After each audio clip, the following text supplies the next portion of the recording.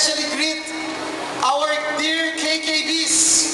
Happy anniversary sa inyo lahat. Kakaiba po ang role ko ngayon. Sa tagal po natin nagse-celebrate ng anniversary, ngayon lamang po ako binigyan ng role na ako ay magpatotoo, mag-testify. Marami po akong po pwedeng i-testify o ipatotoo. 3 termino sa Kongreso, isa sa pinakabatang miyembro ng gabinete ni Pangulong Aquino. Siguro yung latest good news ko, just last week. Pero hindi po ito ang aking isi-share sa inyo. Kasi po, ako po ay may bagong titulo ngayon na humaharap sa inyo. Isang titulo na higit pa sa pagiging kongresista.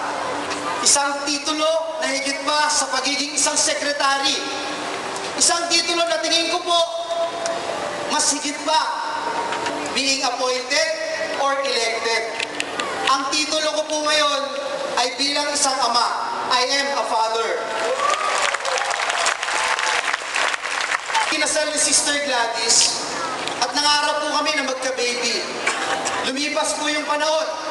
1 taon, 2 taon, 3 taon. Parang okay lang. Pero nung tumuntong na po yung 4 na taon, 5 taon, teka lang. Parang hindi yata tama.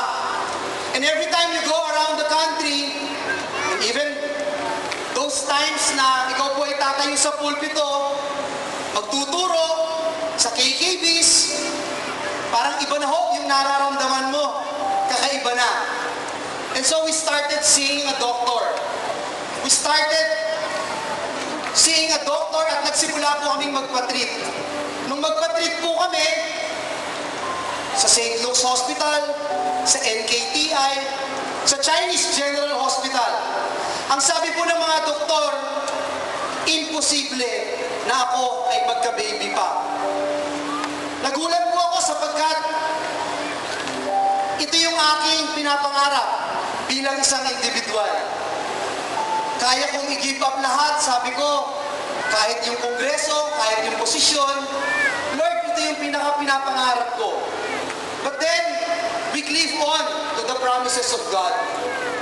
Pagkatapos po noon, yung tuksuhan, yung nasa kongreso ka, minsan, yung mga kaibigan mo, magbibigay ng mga jokes, and sometimes bad jokes. Masakit po bilang isang lalaki, lalo na ang sabihing baog ka. Hindi ho madali na humarap araw-araw. Pupunta ka sa Amerika, sa JIL Hong Kong, sa Taiwan, kung saan-saan. Iisa po lagi yung tanong, nasaan na yung baby mo? Buntis na ba si Sister Gladys? Magkaka-baby ka ba? Pagkatapos ho noon, nakausap ko si Senator Cheese. Sabi niya, may doktor ako dun sa Singapore. Why don't you try it there? Pumunta ko kami sa Singapore. To cut the story short, ako po ay muling inoperahan for the second time. Second biopsy po. At pagkatapos wala na naman pong nakita na po pwedeng gamitin. Hinahanap po nila yung spermatozoa. So sabi rin po ng mga doktor doon, tandang-tanda ko po, you know, you have to stop pursuing it. I'm sorry to tell you this. It is not going to happen here. It's not going to happen in Europe or in America. So I'm telling you, I'm sorry. Hindi mangyayari at hindi ka na magkaka-baby. Siguro bilang isang individual, tao lang po tayo, medyo masakit po. Tandang-tanda ko umiiyak po si Sister Gladys, hindi ko alam kung ano yung gagawin ko. Kahit na ako'y kongresista, kahit ako'y may posisyon, parang wala ka na hong pwedeng puntahan kung hindi ang Diyos. So kami ay nag-focus pa rin sa Diyos. At kahit sinabing hindi na mangyayari yung aming pinapangarap, kami ay lumipad patungong Amerika. Doon po sa Amerika, halos ganun din po. For 45 days, in our first 45 days, puro ganun din po yung naririnig namin. Hanggang sa dumating po yung time na nakausap po ako ni Brother Eddie. Tumawag po siya sa akin. I don't know if Brother Eddie would recall that phone conversation. Sabi po niya sa akin, ano ba talaga? Sabi ko sa kanya, Dad, alam ko, deep inside my heart, prophecies were uttered, maraming nakakitang vision, maraming nanalangin, kayo pong lahat nananalangin. Sabi ko, I know that it's going to happen. Ang sabi ko ni Brother Eddie, start claiming it. Start claiming it. So alam niyo, ginawa po namin ni Sister Gladys, every now and then, kiniklaim po namin. Every night, nagpe-pray ho kami mag-asawa, nagbabasa ng Biblia, dinideclare po namin yung dun sa Book of Romans, yung sinabi po ni Abraham, that my body was as good as dead, and yet I will continue to stand firm in the foundation of the Lord. Tumayo po kami sa salita ng Diyos.